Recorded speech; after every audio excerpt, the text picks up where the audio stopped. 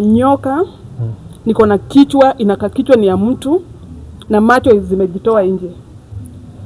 Ni mtu amekatwa shingo, lakini ukiangalia anakuangalia. Unaelewa? Ni mtu anakuangalia. Yaani ukifungua unaona mtu anakuangalia hivi. Na nyoka, na sijui zilikuwa na sijui nyoka na sijui tu nini. But after kuangalia hiyo nyoka na kuangalia huyo mtu tu hivi, walikuwa wamewekwa mahali pamoja. Kenye nilifuata ni kofi nilipewa, nikajikuta chini. Slap, yani nilipewa slap moja. Yenye nilishtuka niko chini. Sasa hiyo wakati nimepigwa niko chini, sielewi nilikuwa wapi ama aje. Mimi nilishtukia niko chini. Kumbe huku sasa mimi nisha faint. Sijui, siwezi elewa nilikuwa wapi. Ladies and gentlemen, good evening, good morning, good afternoon, depending wherever you are. This is the Kelly Show 254 and welcome back. Before we begin our episode today, make sure you subscribe. Apart from watching, make sure you subscribe so that you can't miss another episode. So today tuko na episode ingine hapa, story ingine moto.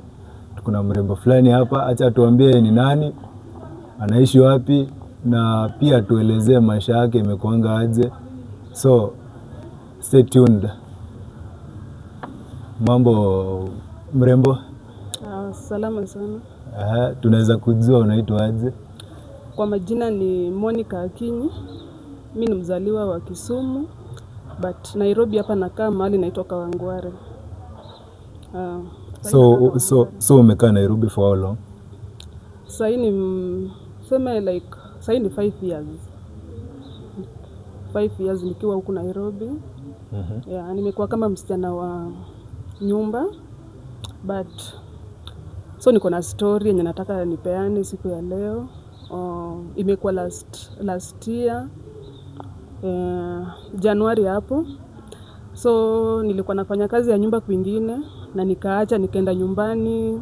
Tunajua tu wakati wa Christmas tunaenda nyumbani, tunasherehekea na wazazi, alafu tena unarudi. So kurudi mahali nilikuwa nafanya kazi huko, si kurudi tena. So nikapata kazi, kuna msichana fulani akaniconnect. Akaniambia kuna mama anataka msichana wa kazi. Na nilikuwa unajua tu mambo na Facebook. So nilikuja nikapost kwa group fulani, alafu kuna mtu akakuja inbox, akaniambia ati kuna kazi fulani mahali fulani. Na ilikuwa huko side za Kiserian. So mimi tukaongea, akanipea huyo boss, tukaongea na yeye. Sasa huyo ni huyo mama mwenye ilikuwa nende nimfanyie kazi. Akakuja, nikafika town, akakuja akanichukua tao. Ilikuwa kitu saa 1 usiku hivi. So hiyo sana naongelelea ilikuwa January last year. So akanichukua, tukaenda na yeye kwake. So kufika ni mtu wako na on compound. So tukafika, tukaingia kwa nyumba. Akaniambia hapa ndio nyumbani. Sasa akaniambia karibu, nikakaa chini. Akaniambia before uanze kazi kuna rules yenye inafaa nikupe na usifuate, yenye inafaa ufuate nikikupea kwa nyumba hapa. Kwanza akaniambia kuna watoto 2, wote walikuwa vijana.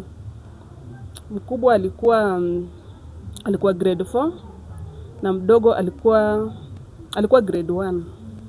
Sasa akaniambia hao ndio watoto utakuwa unaangalia. Nyumba ilikuwa 3 bedroom, kitchen plus sitting room. So kufika akaniambia kwa nyumba yangu hapa kuna places nikikwambia ukae ama ufanye kazi, hiyo ndio place nataka ufanyie.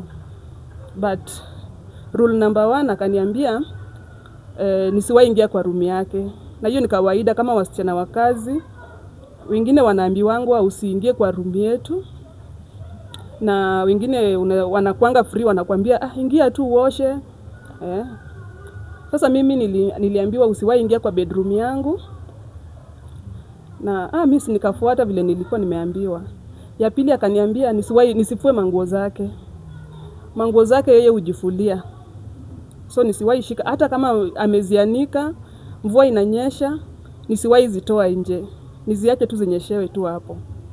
Sasa wewe kazi yako itakuwa kuchukua manguo za watoto, kufua, kuwaosha, hivyo. Ingia kwa room ya watoto ushughulike, room yako ndio hiyo, hivyo. Lakini kwa room yangu usiingie. Mimi nikamwambia ni sawa. Akanipanga kazi hivyo. Alafu hapo kwake nje kulikuwa na nyumba za umbwa, dog. Kulikuwa na nyumba. Sasa mimi kwenda kuangalia hizo umbwa zilikuwa zile kubwa kabisa. Kubwa kama tu ng'ombe, yani ni kubwa. Mpaka nikashindwa hizi umbwa zinakaaje. Zilikuwa kubwa sana. Hata wakati nilikuwa naingia vile tu tuliingia tu hivi kwa gate. Zikaanza tu kubweka. Zilibweka sana for long. Like 2 hours. Zililia tu, zilishinda tu zikilia. Mimi nikiingia nilikuwa na ile uoga. Na hizo umbwa plus vile ziko kubwa nini, so nikaogopa vile zinalia hivyo sana. So mimi sikushughulika. Kuingia madam akaniambia kuja kitchen nikuonyeshe vile tunapika nini. Tukapika sapa, tukakula, tukalala. So kwenda kulala usiku nikaonyeshwa room yangu, vile niliingia nikaonyeshwa room yangu, nikapeleka manguo zangu. So ile time ya kwenda kulala nikafunga hiyo room yangu, juu watoto wako na room yao, boss ako na room yake. Sasa yangu ilikuwa nimeonyeshwa, nikaenda nikalala kwa room yangu. Sasa kenye ilikuwa inanishtua sana, hapa kwa room nilikuwa na sweat vibaya sana. Mwili ilikuwa inatoa maji. Sikuwa naelewa hii kawaida, juu sijai sweat hivyo. Vile tu niliingia tu kwa hiyo room, nilisweat vibaya sana. Nikatoa manguo karibu yote.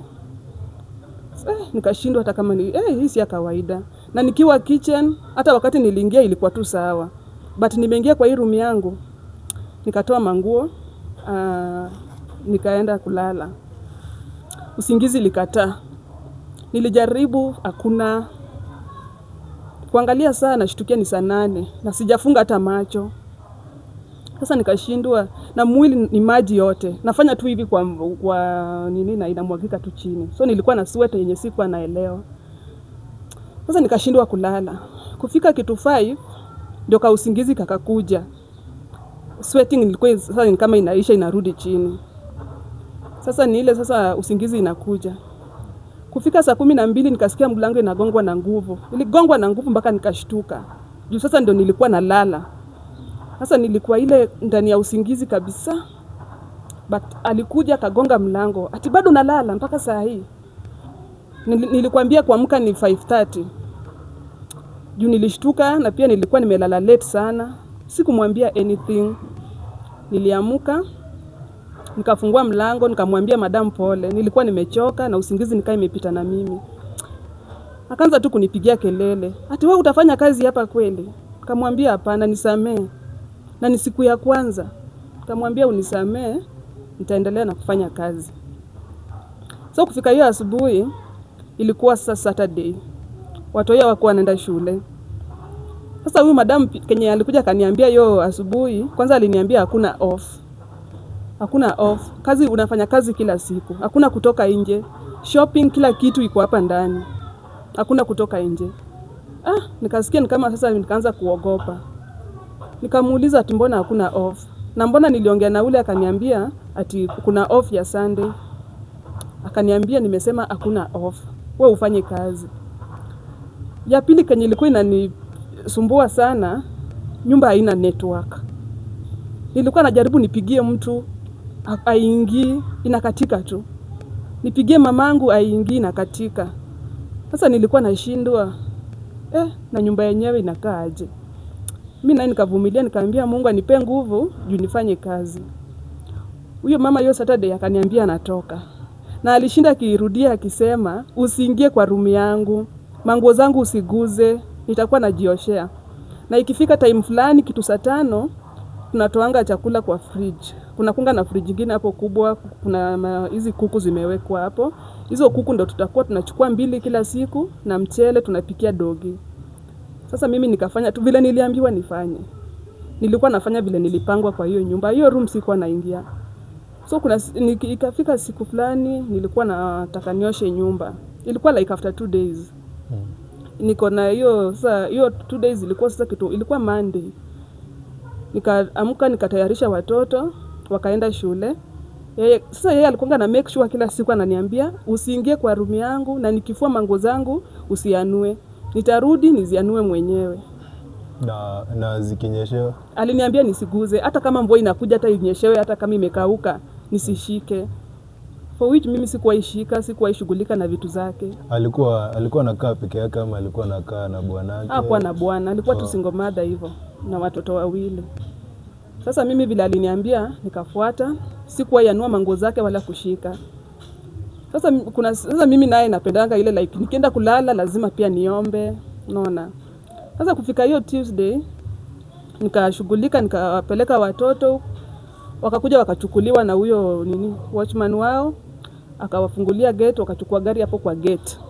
Wakapanda gari wakaenda shule. Juu mimi hata hakuwahi niruhusu nitoke. Nikishawatayarisha, huyo alikuwa anakuja na wachukua, anawasimamia kwa gate, gari na wachukua. Haya, nilikuwa nimebaki peke yangu kwa nyumba. Juu wakati natoka tu nje kidogo tu hivi, hizo umbwa sijui ni harufu zilikuwa zinasikia ama ni nini, ama mimi si wa kawaida, zinalia kabisa. So nilikuwa nashinda hapo, umbwa zinalia mpaka nashindwa. Nikakaa kwa nyumba peke yangu. Sasa nikiwa nimemaliza kazi zangu, ilikuwa sasa hiyo wakati wa kuosha nyumba. Ukiosha nyumba hiyo corridor, unapita kwa room yake, upiti ndani kwa hiyo tu mlango ya room. Kupita tu hivyo, kuna kashoka kanipiga mkono. Vile unaweza pigwa na shock. Yaani nikasikia tu kitu imenigonga mkono mpaka nikaacha hiyo mopa chini. Ama ni stima ilikuwa? Sijui, sikuielewa. Juu hiyo tu nilifika tu karibu na hiyo mlango hiyo yake hivi nikimop hivi. So I think mkono ilienda ikagonga hiyo nini yake kidogo hivi na ikanigonga mkono na nguvu.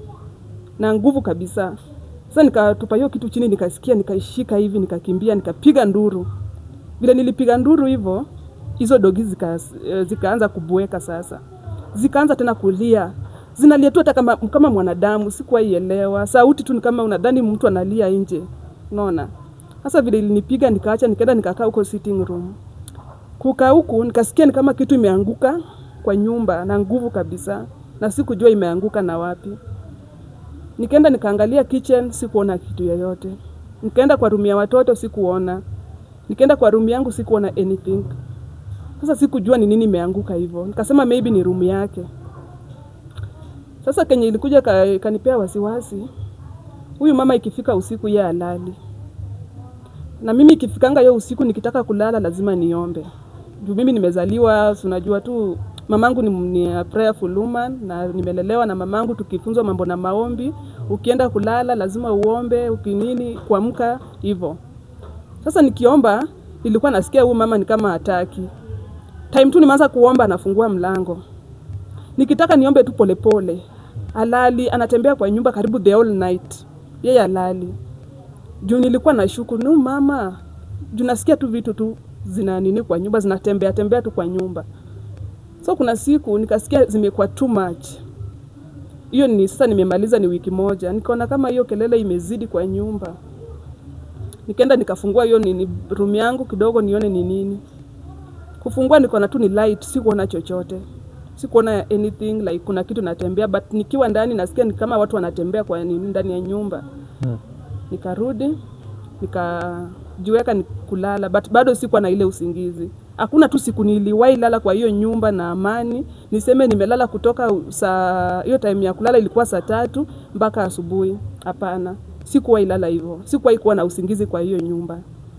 Alafu mimi ni mtu mwenye tunapenda kuongea na mamangu kila siku. Na ikipita hiyo siku nyingine lazima ni make sure nimempigia ama nipigie. Ati mama uko aje? Ama mtoto wangu ulienda kazini uko aje? Sikuwahi communicate na mamangu. Sikuwahi mpigia ni ashike nini simu iingie. Simu nilikuwa nampigia na katika. Ndio nimemaliza wiki moja. Mam ajui mtoto wake ako wapi. Ako na wasiwasi mahali yako juu. Simpigi na akinipigia anipati. So sikuwahi elewa. So akawa na wasiwasi sana. But mamangu ni mtu anaombanga tu. Ana make sure ameombea watoto wake. Alikuwa naomba tu. Sasa mimi nikiwa kwa hii nyumba naendelea kufanya kazi. Nikasema hii nyumba tu lazima kuna siku nitajua ni nini kwa hii nyumba. Hata nilikuwa nauliza watoto ati mbona mama yenu hapendi muingie kwa room yake? Akaniambia hao waingiange kwa room ya mama yao na hawajaingia. Labda wakizaliwa wakiwa wadogo walikuwa kilelewa huko, sasa siwezi jua, but waliniambia mama yao atakingi kuwaona kwa hiyo room. Na ikifika hiyo Saturday kama waendi shule, walikuwa wanakunywa breakfast, wanaambiwa waende wacheze. Wanatoka wanaenda wanacheza. Lunch ikifika na wanakuja, wanajua ni lunch, wanakam, wanakula, tena wanarudi wanacheza. Wakitoka kucheza na waosha, wanakula sapa na wanalala. So ilikuwa tu hivyo. Sasa huyu mama akitoka asubuhi alikuwa na make sure ameniambia, akifua manguo zake ananiambia, "Si ulisikia nilikwambia usianue?" Hata hiyo room yangu sigie. But shida ni hiyo room yake hakuwa anaifunga na kifuli. Hata akitoka hakuwa anaifunga na kifuli. Ilikuwa inaachwa tu.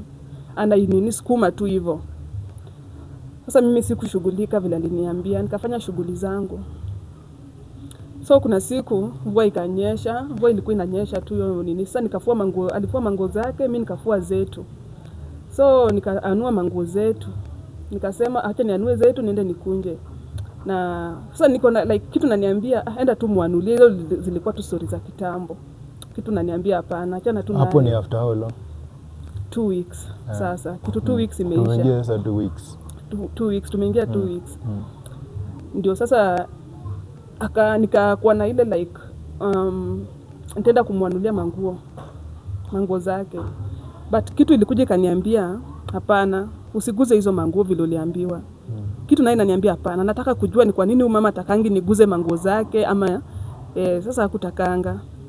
So mimi nikasema wacha nende nianue. Nakumbuka nilianua zetu, nikanua za watoto, nikazikunja. Niko na hiyo manguo zake vile alikuwa amezifua, niende nizianue. Na before nianue hizo manguo zake, nikasikia simu inalia kwa nyumba. Na niende alikuwa anapiga.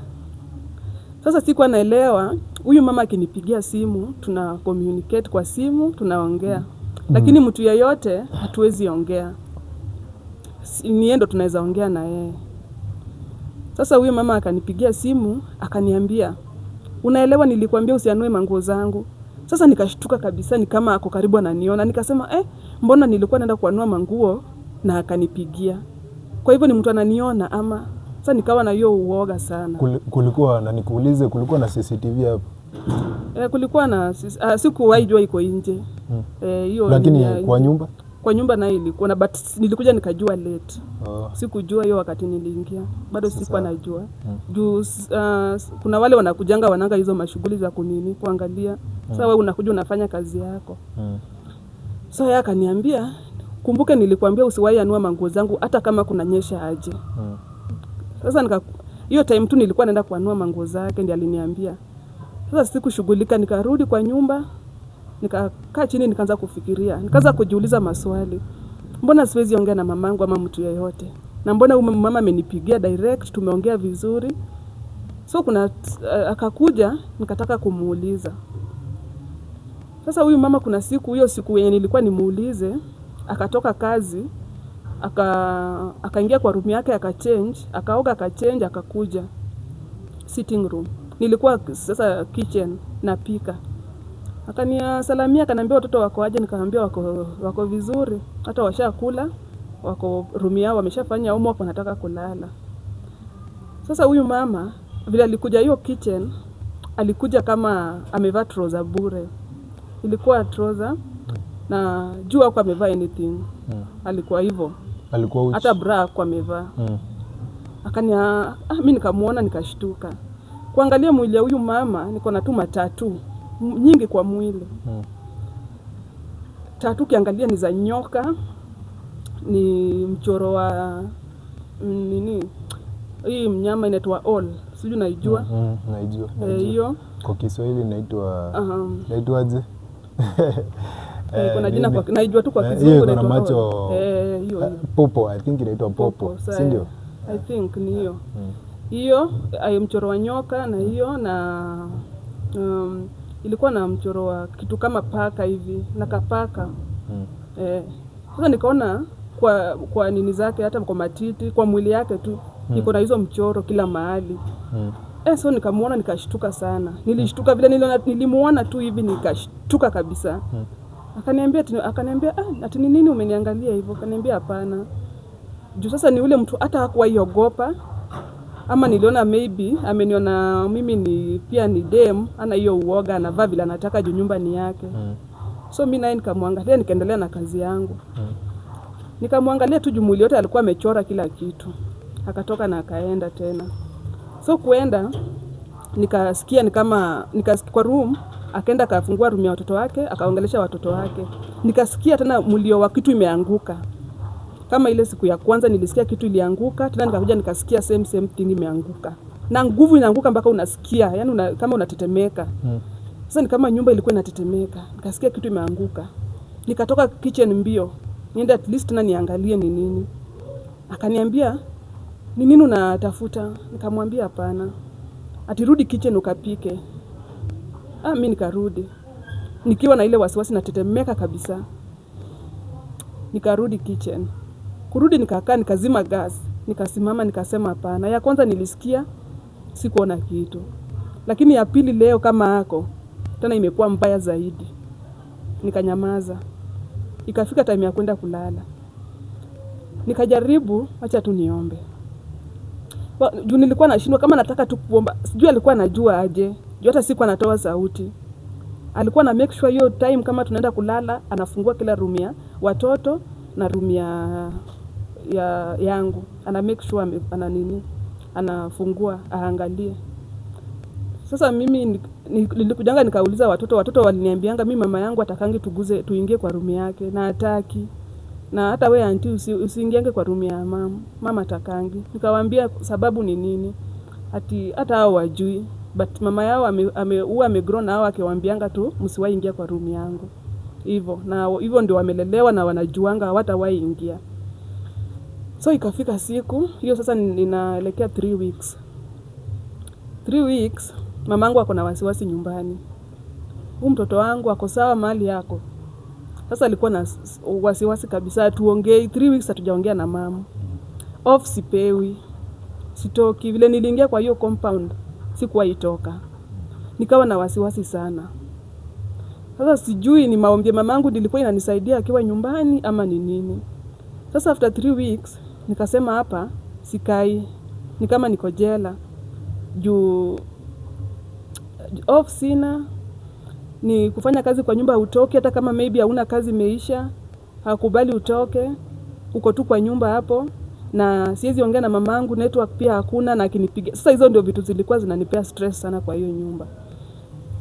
So ilifika after hiyo 3 weeks tunaingia ya 4. Nikasema nataka nifanye kitu. Nijue leo. So nikaamua tu leo lazima nijue. Kwa nini huyu mama atakangi niguze mango zake hata zikinyeshewa nizitoe. Hiyo wakati mvua ikunyesha. Juu aliamkanga hiyo asubuhi tena akafua mango zake, akazianika kwa kamba, viatu zake. Kufika jioni, mimi nikasema nataka kuzishika nizianue. Na nikafanya hivi, nikasema nitazima simu. Hata kama atakuwa anione tu lakini mimi nilisema nataka tu kuanua mango zake. Nikaenda nikaanua manguo zote. Nilishika tu manguo tu zilikuwa sawa, kukuwa na shida yote. Before nizipeleke kwa sitting, kwa bedroom yake, niliziweka kwa kiti kwanza. Ndio nizitoe zote. So nilikuwa na ile pia uoga, like, nilisema leo, hata kama ni siku yangu ya mwisho, wacha ikue. Unaona? Juu mimi sitaishi hivi. Siwezi communicate. Sasa nilikuwa na stress kabisa. Sikuwa nikule, nisikie nakula. Sikuwa na amani, sikuwa na furaha. Juu siwezi communicate na mtu, siwezi toka nje, hata at least prison. At least uko na at least wenye mmeshikwa nayo mnaweza nini. Lakini pale ilikuwa mbaya zaidi. Unaona? Juu hata si mama anacheka, hata hakuna siku ashawahi cheka na mimi ama tunaongea kwa furaha ama nini. Ni mkali tu kila wakati, ni mkali tu. Unafanya hii ana complain, anafanya hii unafanya hii ana complain. Yaani hakuna tu kitu nilikuwa nafanya tu imfurahishe. So nikaona like nilikuwa peke yangu na vitu zinafanyika kwa hiyo nyumba zikanipea uoga. Siwezi ongea na mamangu. imekuwa ni kilio katika hiyo nyumba. Sijamaliza mwezi lakini nimeona mengi kwa hiyo nyumba. Sasa nikasema hiyo siku vile nilianua manguo na viatu nikaka kwa kiti. So napiga hesabu ya kufungua mlango. Hiyo sasa ni bedroom yake. Nikasema nataka nifungue, niingie. Na before that nakumbuka niliota, kuna ndoto niliota. Na hiyo ndoto ndilinipea nguvu. Kuna ndoto nilikuja nikaota. Like ati nimefungua hiyo mlango, na nikifungua hiyo mlango pia ndo siku nitatoka kwa hiyo nyumba. Sasa hiyo ndio nikasema na ndoto as in after huyo mama kuniambia nisingie kwa room yake, na hiyo ndoto kunikujia ati nimefungua hiyo room yake na nikaingia kwa hiyo room yake, na hiyo ndio ni kama nilipata freedom. Hapo ndo nilisema hiyo freedom yenye nilikuwa nimeona kwa ndoto nataka niifanye. Na kwanza nikaambia Mungu nitangulie. Nikachukua manguo sasa nenda kwa room yake. Same ile shock yenye ilinipiga mkono ikakuja tena ikanipiga mkono. Sijafungua mlango bado. Ilikuja ikanipiga tena nikarusha manguo chini. Nikatoka, nikaenda nikaleta, kulikuwa na hii mopa ya kumop chini. Nikaileta nigonge mlango ndio mlango ifunguke. Juu hakuwa anaifunga, hata wakati alikuwa anatoka nilikuwa naona tu anaileta. Na sasa kuko na ile nini hivi ndio usukume nini. Unajua hizo mlango yenye unashika hiyo nini alafu unafanya hivi inafunguka. Sasa singeweza kuweka. Juu nikiweka hiyo ya kwanza ilinipiga na nguvu sana. Sasa nikakaa kidogo nikaenda nikaleta hiyo mopa ndio niigonge, nishikilie alafu niisukume. Ndio mlango ifunguke. Huku nimechukua manguo nimeweka chini. Kuchukua hiyo nini nikajaribu kunini mlango na nguvu ikaenda ikafunguka. Na nikasema na hakuna kitu. Mbona huyu mama anatakangi tuingie huku? Unaona? Nile like hakukuwa na kitu yoyote. Hakukuwa na kitu yoyote like niseme kuko tu sawa, bed yake iko tu hapo na hizo madrower za kuweka manguo. Sikuwa nimeingia bado, na iona na nini na huku nje kwa mlango yake sikuwa nimeingia bado. Naona tu bed ametandika tu vizuri. Naona tu nini vitu tu ziko tu sawa. Sasa mimi nikabeba hizo manguo ndio nirushe kwa kitanda. Kwenda kurusha nikasikia ile kitu tena yenye ilikuwa imeanguka. Ile inaanguka ile tena ilianguka. Ile inaangukanga. Tena ikaanguka tena kama nyumba, yani ni kama ilianguka ni kama nyumba inaisha. Yani sijui niseme aje. Ilianguka ile style yenye sikuwaelewa. Ilianguka kwa bedroom mama, ilianguka sitting room.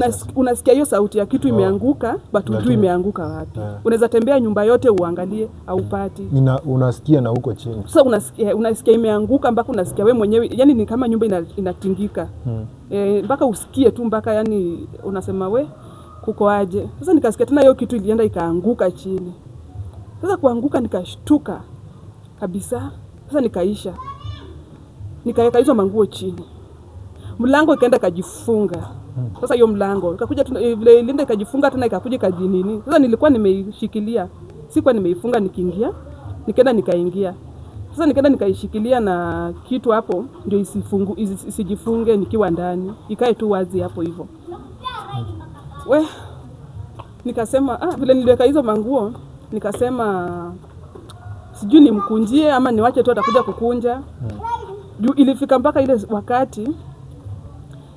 wakati sasa aniambi atusiguze manguo zangu na usiingie kwa room yangu. Hiyo kitu aliniambia 2 weeks. Sasa ni kama aliassume pia maybe nilikuja nikashika. Hiyo nini sasa hakuwa ananiambia sasa. Sasa ikafika hiyo siku vile nilifungua mlango, nikasema maybe hiyo siku hakuwa amenitrust. Juu kuna wengine ukiwafanyia kazi, kuna wenye nilikuwa nawafanyia wanakuambia make sure umeosha room yangu nini na nini. Na hiyo room yake sikuwa iona hata akiosha. Juu mimi nakaanga hapo nashindanga na yeye. Sasa sikuwa iona hata kama naioshia huko sikuwa najua. But nikafungua tu niweke manguo. Nikaenda nikafungua nikashika hiyo drawer tena nikapigwa. Shock. Kupigwa tena ikuwa ile like sasa serious kama hiyo ingine kidogo tu. Nikaenda nikaifungua na left. Kuifungua yenye niliona ndani nilifungua tu hivi. Kofi nilipata. Kofi. Nilipigwa kofi. Kofi.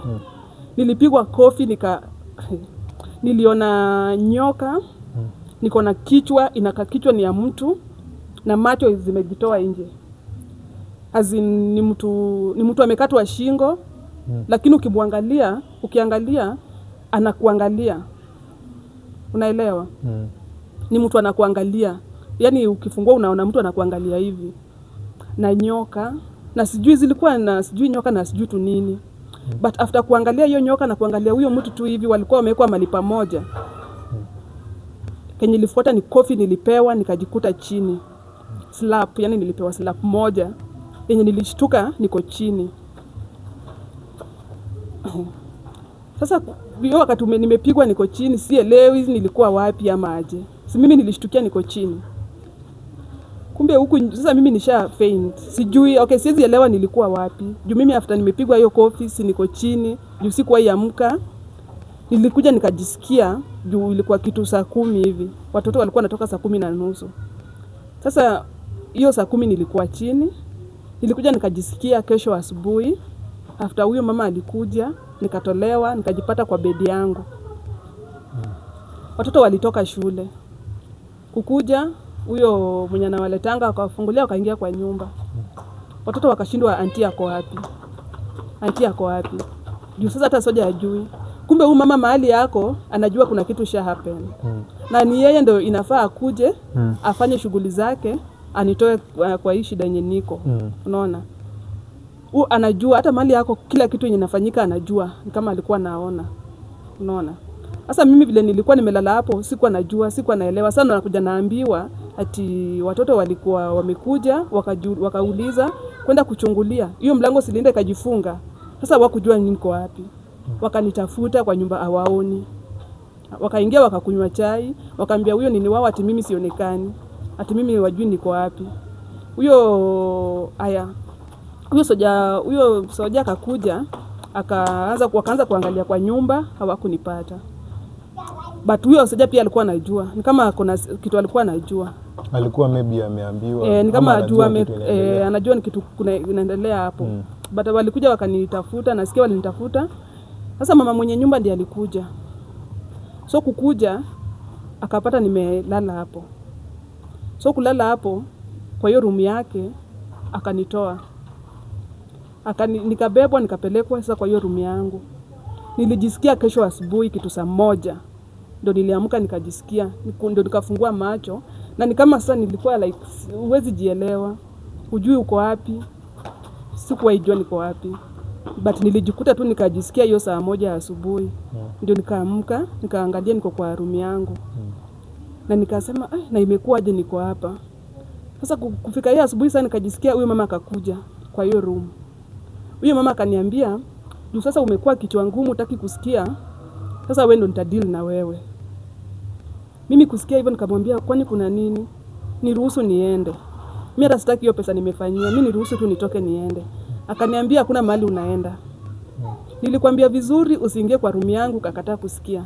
Nikakwambia usifanye hii na hii ukakataa kusikia. Sasa una shida yenye umejiweka. Unaona? Na pia umeharibu mpango zangu. Unaona?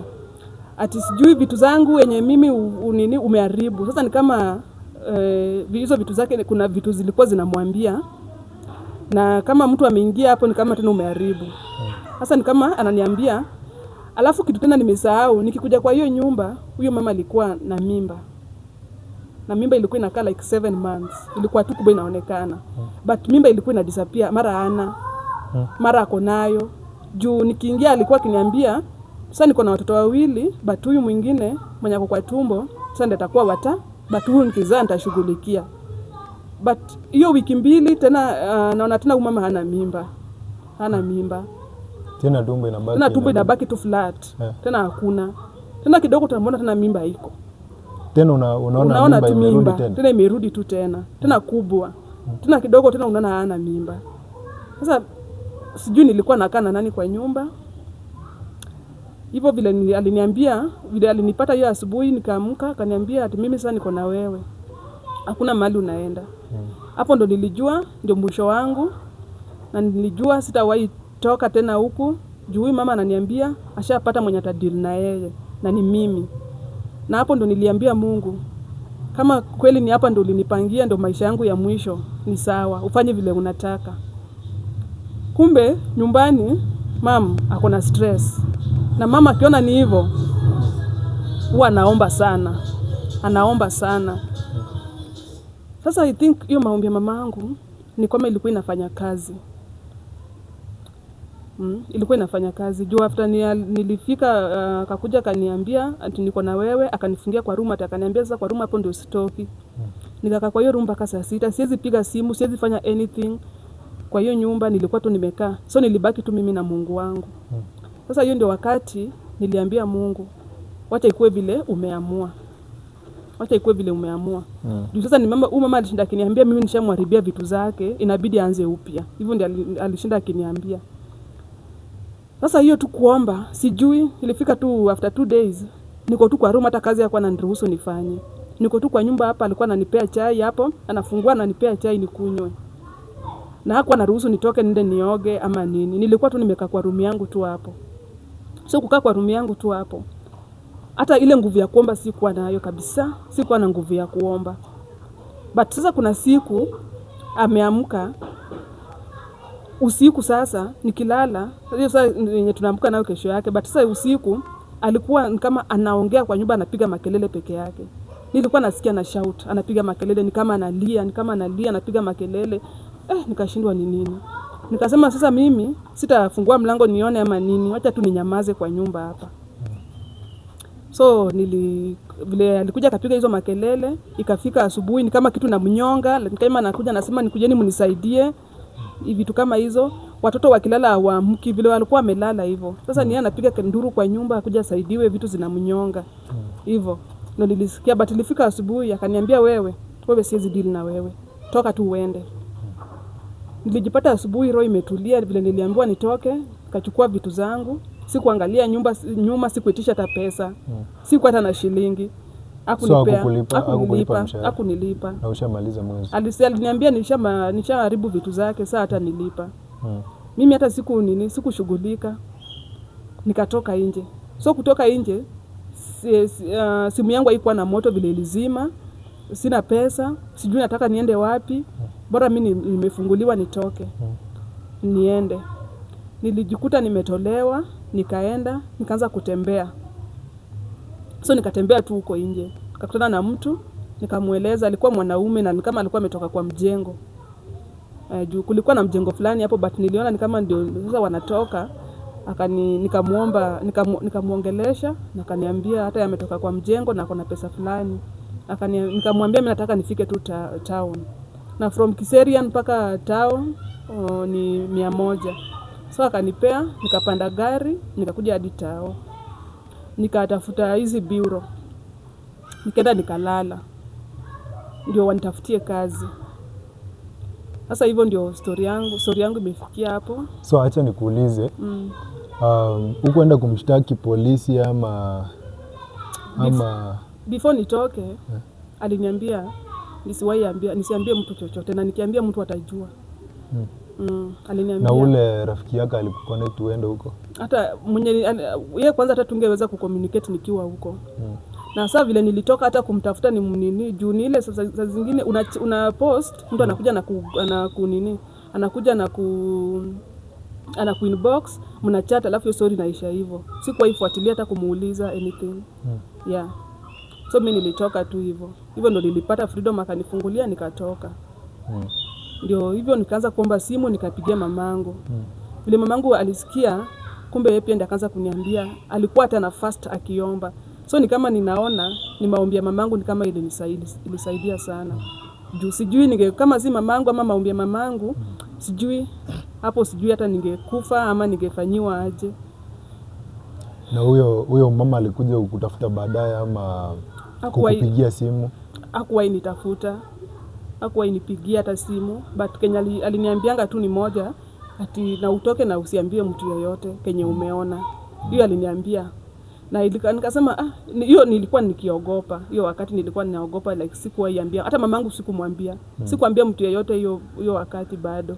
So nilikuwa na ile uoga. Unaona? Story nyingine touching sana. ama ilikuwa inaweza kuwa huyo mother alikuwa Illuminati ama Freemason ama I don't know, by the way I don't know, ama alikuwa na perform ritual fulani ama alikuwa mganga ama alikuwa unafikiria nini? Inaweza kuwa ilikuwa nini? Okay, ama alikuwa saizi naweza fikiria alikuwa mtu wako kama ni hizo tu hiyo mambo na Freemason, ama maybe alikuwa anafanya juu mi kulingana akiniambia vile niliingia kwa room yake nimeharibu vitu zake zote, anaanza afresh. Na nikuulize, akitoka time alikuwa anatoka asubuhi anarudi jioni, alikuwa unajua kazi alikuwa anaenda kufanya? Sikuwahi jua kazi anafanya, sikuwahi jua, na mimi hata sishughulikangi na kazi mtu anafanya. Sasa wewe bora ulipwe pesa yako end month, utaki kujua anafanya kazi gani. Hakuwahi niambia.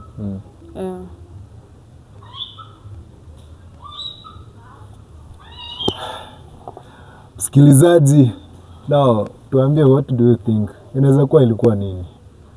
Mambo ni mingi inafanyika katika maboma za watu. So saa hii bado unafanya kazi ya nyumba ama uliacha kabisa? Ulisema uwezekana nayo. Hiyo ndio kama ilikuwa ya mwisho. So saa hii mtu tuseme mwenye na watch akwambie niko na kazi ya nyumba, kuja ufanye uwezekana. Sitaki kazi ya nyumba ya kuishi. Sitaki kazi ya nyumba ya kuishi kabisa. Sitaki. Juu Kenya niliona, sitaki tena nione. Okay, hiyo kitu iko tu kwa mind yangu bado, like hata nikienda na naweza kutana na ingine tu tena, unaona. So na uoga kabisa. Yeah. Nimefanya nimechukia kazi ya nyumba kabisa. Yeah. So tuambie, what do you think? Unaweza comment hapo chini useme kama unajua whatever was happening ama kitu yote umepitia pia wewe similar to that, this story. Unaweza tuambia pia hapo chini tujue nini ilikuwa, because hata yeye hajui nini what was happening. Make sure you subscribe, and this is the Kelly Show, a show that keeps you entertained, informed